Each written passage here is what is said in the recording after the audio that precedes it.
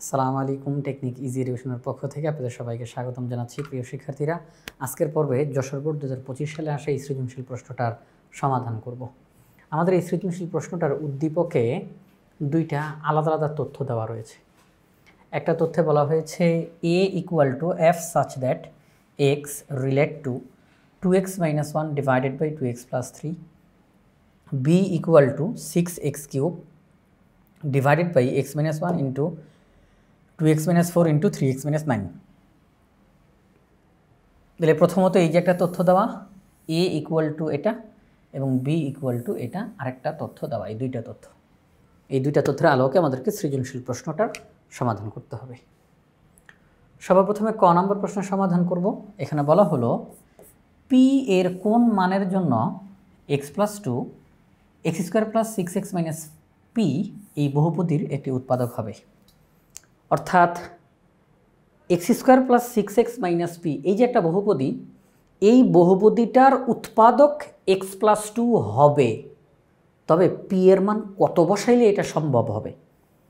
মানে এই মুহূর্তে আমি বলতে পারতেছি না x প্লাস 2 এটার উৎপাদক কি, p এর একটা মান এখানে বসাইতে হবে যাতে করে এটা এমন একটা বহুপদীতে রূপান্তরিত হবে যার উৎপাদক হিসাবে x প্লাস 2 পাওয়া যাবে, পাওয়া যাবে। তো p এর মান কত হইতে হবে? p এর মান কত হইলে এই বহুপদীটার উৎপাদক হিসাবে x প্লাস 2 পাওয়া যাবে, এইটা তারা জানতে চায়। আমরা যেই কাজটা করব, যেহেতু তারা একবার মুখ ফুটে বলে ফেলছে যে x প্লাস 2 এটার উৎপাদক হবে, p এর মানটা খুঁজে বের করতে হবে। তো এটাকে যেহেতু একবার উৎপাদক হিসাবে তারা বলে ফেলছে যে এটা উৎপাদক হবে, তো আমরা এটাকে উৎপাদক হিসেবে ধরেই সামনের দিকে আগাবো। এখন p এর মান আমাদের সামনে চলে আসবে।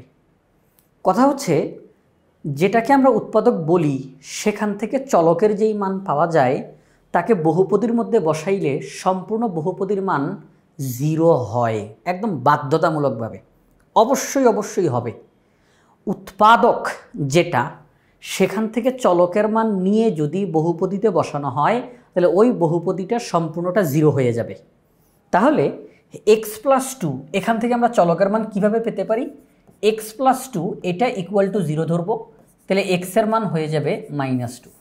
এই যে x এর মান -2 পেলাম, আমরা এই বহুপদীটার মধ্যে x এর জায়গায় -2 বসাবো, x এর জায়গায় -2 বসাবো, পুরাটা ক্যালকুলেশন করব। অবশ্যই পুরাটার মান 0 হবেই হবে। যেহেতু এটাকে উৎপাদক বলা হচ্ছে তাহলে এই পুরাটার মান 0 হবেই। তখন আপনি যখন অঙ্কটা ক্যালকুলেশন করে সামনে আগাবেন, p এর মান এমনিতেই পেয়ে যাবেন। তো প্রিয় শিক্ষার্থীরা, চলেন আমরা এখন ক নম্বর প্রশ্নটার সমাধানটা করে ফেলি। আমরা প্রশ্নের মধ্যে যেই বহুপদীটা দেওয়া x square plus 6x minus p, যেহেতু এখানে চলক হিসাবে x আছে, তাহলে এই বহুপদীটিকে বললাম x চলকের বহুপদী। ধরি f অফ x, অর্থাৎ x চলকের একটা বহুপদী। ধরি f of x equal to x square plus 6x minus p। x plus 2 f of x বহুপদীর উৎপাদক হবে যদি x এর জায়গায় আমরা -2 বসাই, পুরাটার মান যদি 0 হয়ে যায়, তাহলে এই x প্লাস 2 উৎপাদক হিসাবে গণ্য হবে। তাহলে আমরা বললাম x plus 2 f of x বহুপদীর একটা উৎপাদক হবে যদি f অফ -2 ইকুয়াল টু 0 হয়। হ্যাঁ, f অফ -2 ইকুয়াল টু 0 হয়। তো আমরা তাহলে f অফ -2 ইকুয়াল টু 0 বলবো। তাহলে আমরা বললাম শর্ত মতে, কারণ এটাকে উৎপাদক হইতে হবে, আর এটাকে উৎপাদক হইতে হইলে f অফ x এর জায়গাতে f অফ -2 ইকুয়াল টু 0 হতে হবে। তাহলে আমরা বলবো শর্ত মতে f অফ -2 ইকুয়াল টু 0। এই যে f অফ -2 ইকুয়াল টু 0। তো f অফ -2 মানে কি? f অফ -2 মানে কি? x এর জায়গায় -2 বসান, x এর জায়গায় -2, x এর জায়গায় -2 বসান, তাহলে f অফ -2 ইকুয়াল টু 0। তাহলে x এর জায়গায় -2 বসাবো, তাহলে -2 whole square plus 6 into -2 minus p equal to 0। আচ্ছা, তো ক্যালকুলেশন করি, এটা পেলাম -8 মাইনাস p ইকুয়াল টু 0। তো -8 যদি ওই সাইডে চলে যায়, -8 ওই সাইডে চলে গেলে +8। তো আমরা তো কখনো ইংরেজি অক্ষরগুলোকে তো ঋণাত্মক অবস্থায় রাখা যায় না। তাহলে সেই ক্ষেত্রে উভয় পক্ষকে -1 দ্বারা গুণ করব, সুন্দর করে একটু লিখি যে এখানে আছে p equal -p equal two 8, উভয় পক্ষকে আমরা -1 দ্বারা গুণ করব, উভয় পক্ষকে -1 দ্বারা গুণ করব, তাহলে p ইকুয়াল টু -8। তাহলে আমরা p এর মান পেলাম -8। p এর মান কত পেলাম? -8 আমরা পেলাম। এই যে p এর মান -8 পেলাম, তার মানে এই বহুপদীতে যদি আমরা p এর মান -8 বসাই, তাহলে সম্পূর্ণ বহুপদীর উৎপাদক হিসাবে x+2 আমাদের সামনে চলে আসবে। তাহলে p এর কোন মানের জন্য x+2 এই বহুপদীর উৎপাদক হবে?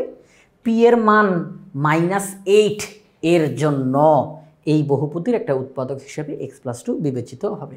তাহলে আমরা এই ক নাম্বার প্রশ্নটার সমাধান করে ফেললাম।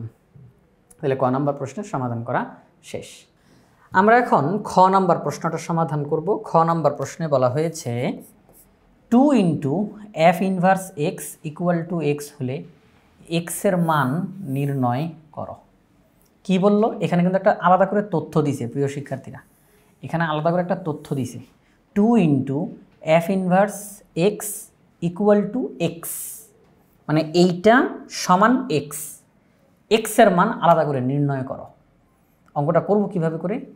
উদ্দীপকে একটা তথ্য দেওয়া ছিল, সেটা হলো x চলকের ফাংশন এটা, x চলকের ফাংশন এটা, ঠিক আছে? যে একটা ফাংশন তার চলক হচ্ছে x আর ফাংশনটা হলো এইটা। তাহলে আমরা সেই ক্ষেত্রে এটাকে বলতে পারি এইরকম, এই যে f of x equal to 2x - 1 divided by 2x + 3। x চলকের একটা বহুপদী বা ফাংশন এখানের মধ্যে দিল।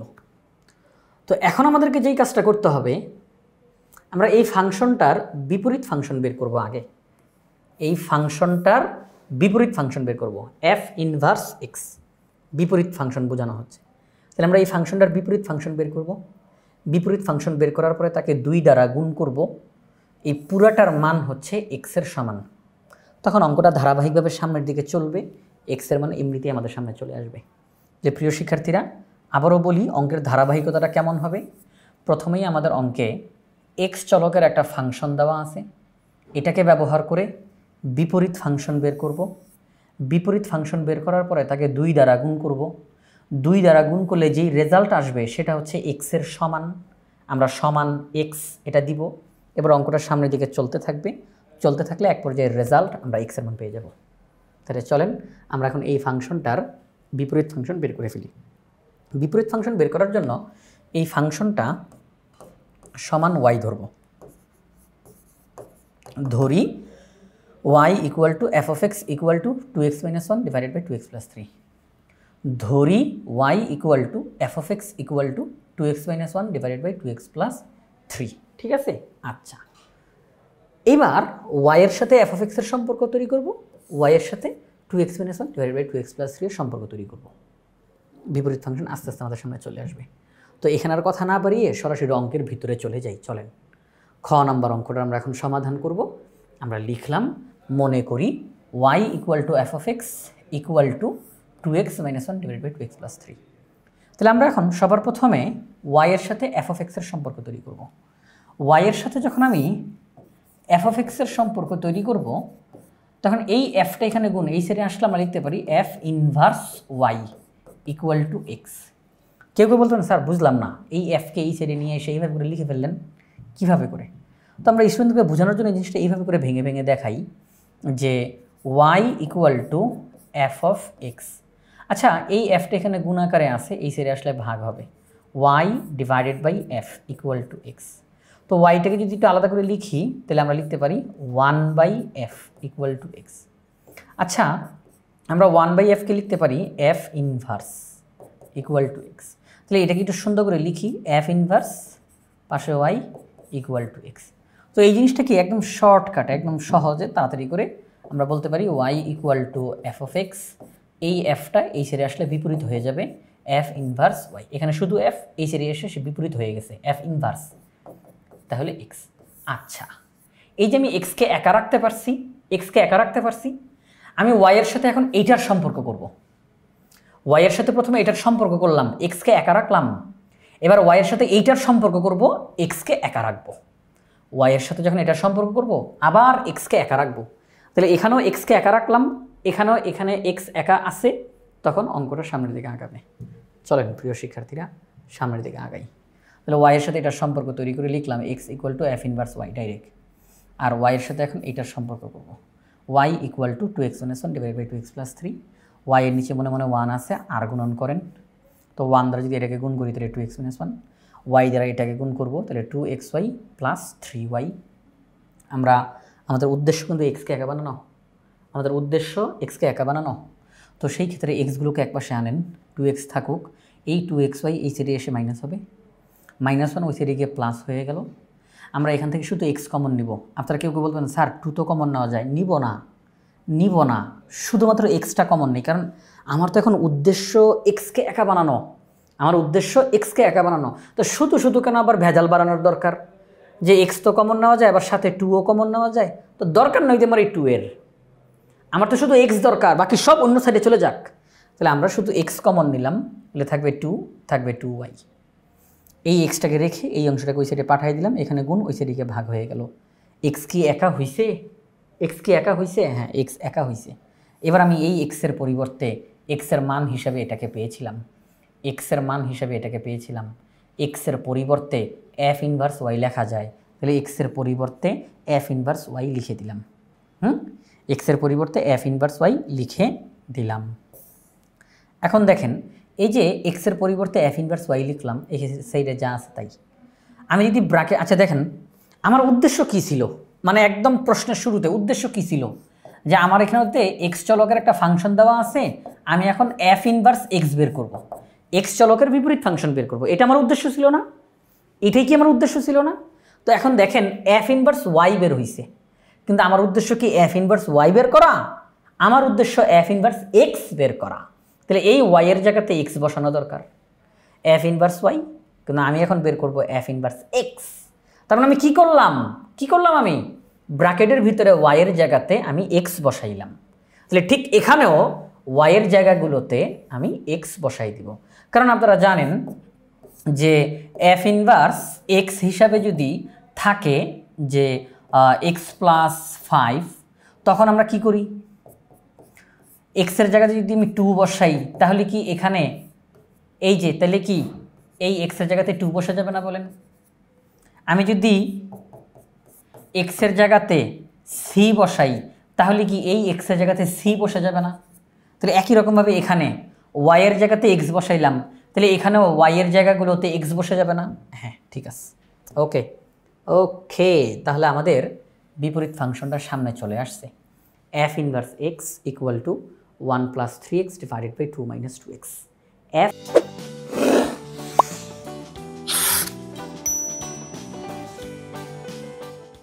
ইনভার্স এক্স বিপরীত function F inverse X equal to 1 + 3x divided by 2 - 2x বিপরীত ফাংশন। আমাদের প্রশ্নে প্রথমে যে তথ্যটা দেওয়া ছিল সেখানে বিপরীত ফাংশনের সাথে 2 গুণ আকারে ছিল, 2 * এফ ইনভার্স এক্স, বিপরীত ফাংশনের সাথে 2 গুণ আকারে ছিল। তাহলে যেই বিপরীত ফাংশনটা আমরা বের করলাম তার সাথে আমরা এখন 2 গুণ আকারে রাখলাম। এই যে, তাহলে দেখেন প্রশ্নে এই তথ্যটা দেওয়া ছিল, বিপরীত ফাংশনটার সাথে 2 গুণ আকারে ইকুয়াল টু এক্স। এটা কিন্তু একদম প্রশ্নে দেওয়া, আমি দেখাই দিই আবার। এই যে দেখেন, এই যে খ নাম্বার প্রশ্নের শুরুতে এটা লেখা আছে, এটা প্রশ্নে দেওয়া তথ্য, 2 * F inverse X equal two x. তাহলে এই তথ্যটাকে আমরা এখন ব্যবহার করতেছি শর্ত মতে, 2 * F inverse X equal two x. F inverse x মানে হলো 1 + 3x ডিভাইডেড বাই 2 - 2x। এই যে 2 এখানে গুণ, একটা ভগ্নাংশের সাথে যদি কোনো একটা সংখ্যা গুণ আকারে থাকে, এই 2টা আসলে উপরেরটার সাথে গুণ হবে, 2 * a/b। পরের লাইনে গিয়ে কী লিখতে পারি, 2a/b, কারণ এই 2 উপরেরটার সাথে গুণ হবে, এখানে 2 এর সাথে এই উপরেরটা গুণ হবে, 2 × 2 = 3 × 2 = 6x। আচ্ছা, আমরা এখন আড়াআড়ি গুণ করতে পারি। কি করতে পারি? আমরা এখন আড়াআড়ি গুণ করতে পারি। এক্সের নিচে মনে মনে 1 আছে, এই 1 দ্বারা এখানে গুণ আর এক্স দ্বারা এখানে গুণ। তো 1 দ্বারা গুণ করতে কোনো পরিবর্তন হয় না, এক্স দ্বারা গুণ করলাম 2x - 2x²। নিয়ে আসেন, সবাইকে এক পাশে নিয়ে আসেন। -2x² এই পাশে যখন আসলো +2x² +2x এসে মাইনাস হয়ে গেল, যা আছে তাই। এবার ক্যালকুলেশন করে দেখেন 2 কমন নেওয়া যায়, x² + 2x + 1। এই যে 2 এখানে গুণ, এটাকে ওই সাইডে পাঠিয়ে দেন, 2 এখানে গুণ ওই সাইডে গেলে ভাগ হবে, 0কে 2 দিয়ে ভাগ করলে 0ই হয়। আচ্ছা, x square plus 2x plus 1 এটা কিন্তু একটা সূত্র। কি সেই সূত্রটা? X square plus 2x into 1 plus 1 square, অর্থাৎ a প্লাস বি হোল স্কোয়ারের সূত্র। আমি যদি এক্স প্লাস 1 হোল স্কোয়ারের সূত্র বলি, তাহলে x square plus 2 into x into 1 plus 1 square. আরও লিখলে x square plus 2x plus 1, এটাই কি এখানে রয়েছে না প্রিয় শিক্ষার্থীরা? এটাই কি এখানে রয়েছে না, x square plus 2x plus 1? তার মানে এটা হচ্ছে এক্স প্লাস 1 হোল স্কোয়ারের সূত্র। একদিকের স্কোয়ার আরেক দিকে গেলে রুট হয়ে যাবে, 0কে রুট করলে 0ই হয়। তাহলে এক্স প্লাস 1 ইকুয়াল টু 0, এক্সের মান -1। আমাদের কাছে তারা জানতে চেয়েছিল এক্সের মান নির্দিষ্ট করে আমাদেরকে জানাও। আমরা এক্সের মান নির্দিষ্ট করে বের করলাম -1। তাহলে আমাদের খ নাম্বার প্রশ্নটারও সমাধান হয়ে গেল। এক্সের মান নির্ণয় করতে বলেছে, আমরা এক্সের মান নির্ণয় করেছি -1। এবার আমরা গ নাম্বার প্রশ্নটার সমাধান করব। গ নাম্বার প্রশ্ন বলছে বিকে আংশিক ভগ্নাংশে প্রকাশ করো। আমরা উদ্দীপকে দেখতেছি B equal to 6x³ divided by x minus 1 into 2x minus 4 into 3x minus 9 লেখা রয়েছে। তো এই যে বি বলতে যেই ভগ্নাংশটা দেওয়া, তার আংশিক ভগ্নাংশ আমাদেরকে বের করতে বলছে। আংশিক ভগ্নাংশ জিনিসটা কি? একটা মূল ভগ্নাংশ তাকে ভেঙে ভেঙে মানে টুকরা টুকরা করে ফেলা, ছোট ছোট ছোট ছোট টুকরা করে ফেলা। এই যে ছোট ছোট টুকরা, ওই প্রত্যেকটা টুকরাকে আংশিক ভগ্নাংশ বলা হয়। এই যে আংশিক, তিনি আংশিক সত্য কথা বলেছেন, তিনি এই প্রশ্নটার আংশিক উত্তর দিয়েছেন, তিনি এই সৃজনশীল প্রশ্নটা আংশিক করেছেন, মানে কি পুরাটা না, অংশ বিশেষ করেছেন, অংশ। তো আমাদেরকে বলছে আংশিক ভগ্নাংশে প্রকাশ করো। এটার মানে হলো যেই ভগ্নাংশটা দেওয়া আছে এই ভগ্নাংশটাকেই আমরা ভেঙে টুকরা টুকরা করে ফেলব, একাধিক ছোট ছোট ভগ্নাংশে রূপান্তর করব। ওই যে একাধিক ছোট ছোট ভগ্নাংশ, তাদের প্রত্যেকটাকে এই মূল ভগ্নাংশটার আংশিক ভগ্নাংশ বলা হবে। ওই ছোট ছোট সবগুলো ভগ্নাংশকে যখন আমি যোগ করব, যোগফল হিসাবে এটা পাওয়া যাবে। ছোট ছোট সবগুলো ভগ্নাংশকে যখন একত্র করা হবে, তখন ফলাফল হিসাবে এইটা আসবে। তাহলে ওই ছোট ছোট প্রত্যেকটা ভগ্নাংশকে এই ভগ্নাংশের আংশিক ভগ্নাংশ বলা হয়। তো প্রিয় শিক্ষার্থীরা, আমরা এখন এই ভগ্নাংশটাকে আংশিক ভগ্নাংশে রূপান্তর করব। সবার প্রথমে আমরা গ নাম্বার প্রশ্নর সমাধানের ক্ষেত্রে উদ্দীপক থেকে সেই বি নামের ভগ্নাংশটা নিয়ে আসলাম। দেখেন 2x - 4 এখান থেকে 2 কমন নেওয়া যায়, 3x - 9 এখান থেকে 3 কমন নেওয়া যায়, 3 আর 2 গুণ দিলে 6 হয়। ঠিক আছে, 3 আর 2 গুণ দিলে 6 হয়। তো এই 6 আর 6 কাটা যায়, তাহলে x³ divided by x - 1 into x - 2 into x - 3। জিনিসটা এখন আমাদের জন্য সহজ হয়ে গেল। এদের সামনে যখন সংখ্যাগুলো ছিল, তার চাইতে এই মুহূর্তে এটা সহজ হয়ে গেছে। x³ divided by x - 1 into x - 2 into x - 3। এইটা যা, এইটা তা। ঠিক আছে, এটা যা, এটা তা, যা তা নাকি? না না, কোনো যাতার বিষয় না। তো এইটার যেই মান, এটার সেই একই মান, তবে এটা এখন তুলনামূলক আরও বেশি সহজ হয়ে গেল। আচ্ছা, তো আমরা এখন এটা না বলে এটা কি বলবো? দুইটার যেহেতু একই অর্থ প্রকাশ করে, একই মান প্রকাশ করে, তো সুতরাং আর কোনো সমস্যা নাই। আমরা এখন এইটার আংশিক ভগ্নাংশ করা মানেই এটার আংশিক ভগ্নাংশ করা। ঠিক আছে, এটার আংশিক ভগ্নাংশ করা মানেই এটার আংশিক ভগ্নাংশ করা। ঠিক আছে, আমরা তাহলে লিখব ধরি, হ্যাঁ ধরি x³ divided by x - 1 x - 2 x - 3 অভেদ চিহ্ন। এই ওয়ানটা কোথা থেকে লিখলো? এই ওয়ানটা কোথা থেকে লিখলো? বিষয়টা হচ্ছে যেই ভগ্নাংশ আমরা লিখেছি, আমরা উপরে লবের মধ্যে যেই বহুপদী আছে তার পাওয়ার 3, ও হরের মধ্যে যেই বহুপদী আছে সেখানে চলকের পাওয়ার 3। বলবেন কীভাবে করে? দেখেন, এই যে x, তার সাথে এই এক্সটা গুণ দেন x², তার সাথে এই এক্সটা গুণ দেন x³। তার মানে উপরেও x³ নিচেও x³, উপরেও x³ নিচেও x³। দেখেন x³ দিয়ে x³ ভাগ করলে 1 থাকে, x³ দিয়ে ভাগ করলে 1 থাকে, যেহেতু মাঝখানে ভাগ চিহ্ন, তো উপরে x³ আর নিচে x³ প্লাস ডট ডট আরও কিছু আছে আর কি। তো x³ দিয়ে x³ যখন আপনি কাটাকাটি করতে যাবেন, কারণ এদেরকে আর ধরলাম না হিসাবে, কাটাকাটি করতে যাবেন, তখন আপনি সামনে 1 পাবেন। কত পাবেন? 1 পাবেন। এই হচ্ছে সেই 1। যদি এখান থেকে উপরে 2x³ থাকতো, তাহলে x³ কাটাকাটি 2, তাহলে এখানে 2 বসতো। যদি এখানের মধ্যে ax³ থাকতো, তাহলে x³ কাটাকাটি a, এখান থেকে a বসতো। প্রিয় শিক্ষার্থীরা, তাহলে উপরে x³ নিচেও x³, তাহলে x³ কে x³ দিয়ে ভাগ করলে 1 থাকে, এটা হচ্ছে সেই 1। যদি 2x কিউব থাকতো তাহলে x কিউব কাটা 2 থাকতো, এখানে 2। যদি এখানে ax কিউব থাকতো, x কিউব কাটাকাটি করে a থাকতো, এখানে সেই a বসতো। ঠিক আছে, নিচের x কিউব কোথা থেকে, এই দেখেন এই ব্র্যাকেট এই ব্র্যাকেট এই ব্র্যাকেট সবাই কিন্তু গুণ আকারে আছে, তো x এর সাথে x গুণ দিলে x স্কোয়ার, তার সাথে x গুণ দিলে x কিউব। ওকে ফাইন, ঠিক আছে, তাহলে এই হচ্ছে সেই 1। এবার প্লাস চিহ্ন দিয়ে a তার নিচে এই উৎপাদকটা x - 1, প্লাস চিহ্ন দিয়ে b তার নিচে এই উৎপাদকটা x - 2, প্লাস চিহ্ন দিয়ে c তার নিচে এই উৎপাদকটা x - 3। এইভাবে করে আমরা প্রত্যেকটাকে ভেঙে ভেঙে লিখলাম। এইটা হচ্ছে এই ভগ্নাংশের একটা আংশিক ভগ্নাংশ, এইটা হচ্ছে এই ভগ্নাংশটার আংশিক ভগ্নাংশ। এরা এককভাবে কিন্তু এই পুরা ভগ্নাংশটাকে বোঝাচ্ছে না, কিন্তু এরা যখন সবাই একত্রিত হবে তখন এটাকেই বোঝানো হবে। তার মানে এরা প্রত্যেকে আলাদা আলাদাভাবে এই ভগ্নাংশটার অংশ বোঝানো হচ্ছে, এই ভগ্নাংশটার একটা অংশ, এই ভগ্নাংশটার একটা অংশ। ঠিক আছে, এই জন্য এদেরকে বলা হবে আংশিক ভগ্নাংশ। আমরা এখন যেই কাজটা করব সেটা হচ্ছে আমরা দেখব আমাদের এই অঙ্কে কয়টা মান দরকার। কারণ আমরা ওই যে এ বি সি লিখছি, আমাদেরকে ওই এ বি সি এর নির্দিষ্ট করে মান দরকার। কারণ আমি তো এখানে লিখছি ধরি, এখানে কি লিখছি ধরি, এই ধরি টরি চলবে না, নির্দিষ্ট করে মান লাগবে। তাহলে আপাতত অঙ্কটাকে সামনের দিকে এগিয়ে নিয়ে যাওয়ার জন্য আমরা ধরি এ বি সি। এখন আমরা নির্দিষ্ট করে ওই এ বি সি এর মান বের করব। কিভাবে করে বের করতে পারি আমরা দেখব। এই এ এর নিচে হর হিসেবে যেটা আছে, মনে মনে এইটা ইকুয়াল টু 0 বলবো। এই এ এর নিচে হর হিসেবে যা আছে সেটা সমান 0 বলবো, তাহলে x এর মান আমরা পেয়ে যাব, চলকের মান পেয়ে যাব। এই চলকের মানকে আমরা সমীকরণের মধ্যে বসাইলেই ওই এ এর মান চলে আসবে। বি এর নিচে যেটা আছে সেটা ইকুয়াল টু 0 বলবো, সেখান থেকে চলকের মান আসবে, সেটাকে সমীকরণে বসাবো, বি এর মান চলে আসবে। এখান থেকে চলকের মান আসবে, সেটাকে সমীকরণে বসাবো, সি এর মান চলে আসবে। সহজ আছে, কোনো কঠিন নেই। আচ্ছা, তো প্রিয় শিক্ষার্থীরা, ইতিমধ্যে আপনারা যদি এটা বোর্ডে সৃজনশীল করতেছেন, তার মানে অনুশীলনের অঙ্কগুলো আপনারা খুব ভালোভাবে ইতিমধ্যে করে ফেলেছেন, এবং এর আগের যেই আরও সৃজনশীলগুলো করিয়েছি সেগুলো আশা করি আপনারা দেখেছেন। তো আংশিক ভগ্নাংশ আশা করি সবাই খুব ভালোভাবে পারেন। এখানের মধ্যে দেখেন যেই বিষয়, সেটি হচ্ছে আংশিক ভগ্নাংশ করতে গিয়ে প্রথমে আমরা কি করি, 1 নং সমীকরণ দিলাম, তাই না? 1 নং সমীকরণ। ঠিক তারপরে কি করতে হয়, 1 নং সমীকরণের বাম পক্ষে হর হিসেবে যা আছে ঠিক তা দ্বারা উভয় পক্ষকে গুণ করতে হয়।